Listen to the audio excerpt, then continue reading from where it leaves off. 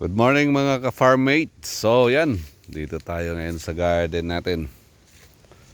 Yan, papasilip ko lang yung ating ginagamasan, no? Magtatanggal lang tayo ng damo at maganda na ang panahon, naganda na.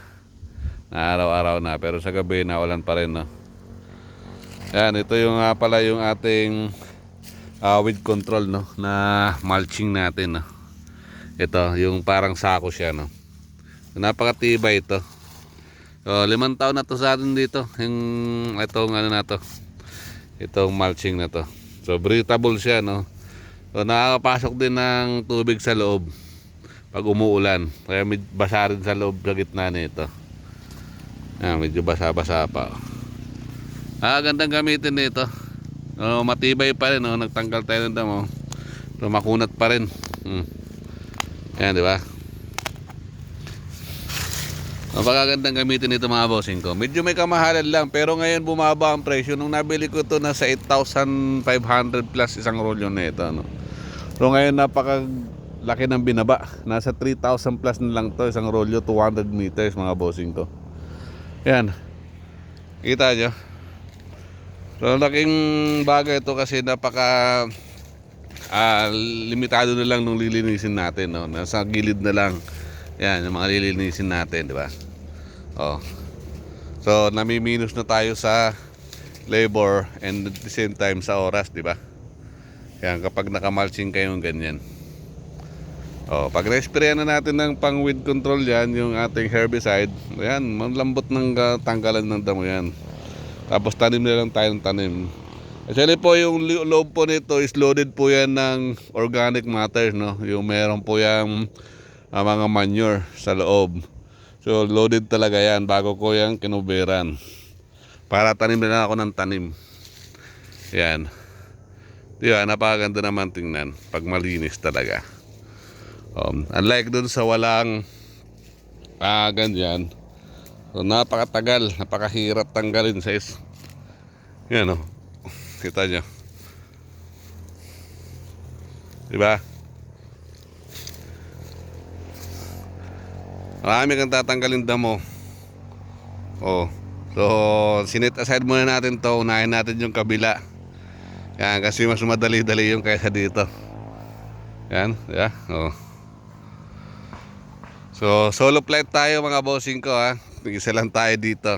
Tingnan nyo naman kung gaanong trabaho ang gagawin natin. Nagtitipid tayo sa labor mga bossing. Medyo may kamahalin na ang labor ngayon. Hindi natin kakayanin, no? So meron tong 53 flat, no? Yung bed natin, no? 53 na hiras yan ng kama. Yan. So yun sa dulo wala nang mulching yan. Ito lang mula dito 1, 2, 3, 4. Ayan, meron pa itong mga mulching yan. Nakobera lang ng damo. So, pag natanggal na natin yan, yung mga damo na yan, yan, madali na lang yan. Yeah, so unahin muna natin yung mababa. Kasi ito di ko kasi nisprayan ng herbicide masyado to dahil may nakatanim pang mga sili dito. So nangihinayang ako. Napakamahal kasi ng sili ng pagsigang. So yan, so ginamit pa natin, pinakanibangan pa natin talaga lahat ng pwede natin mapakinabangan, no? So, kara din na tayo bibili. 250 I think yung siling pagsigang, no, ngayon. Biruin nyo yun. Diba? Napakamahal. So, kaya pinakalibangan muna natin yan. So, yan. Maglilinis tayo mga bossing. Samahan nyo po ako sa paglilinis natin. Ko pala. Paglilinis ko. Ayan. So, kung kailangan nyo na po ang kanyang weed control natin na mulching, no? So nasa yellow basket lang natin yan. Mura na ngayon. Nasa around 3,000 plus la lang, no? Unlike before.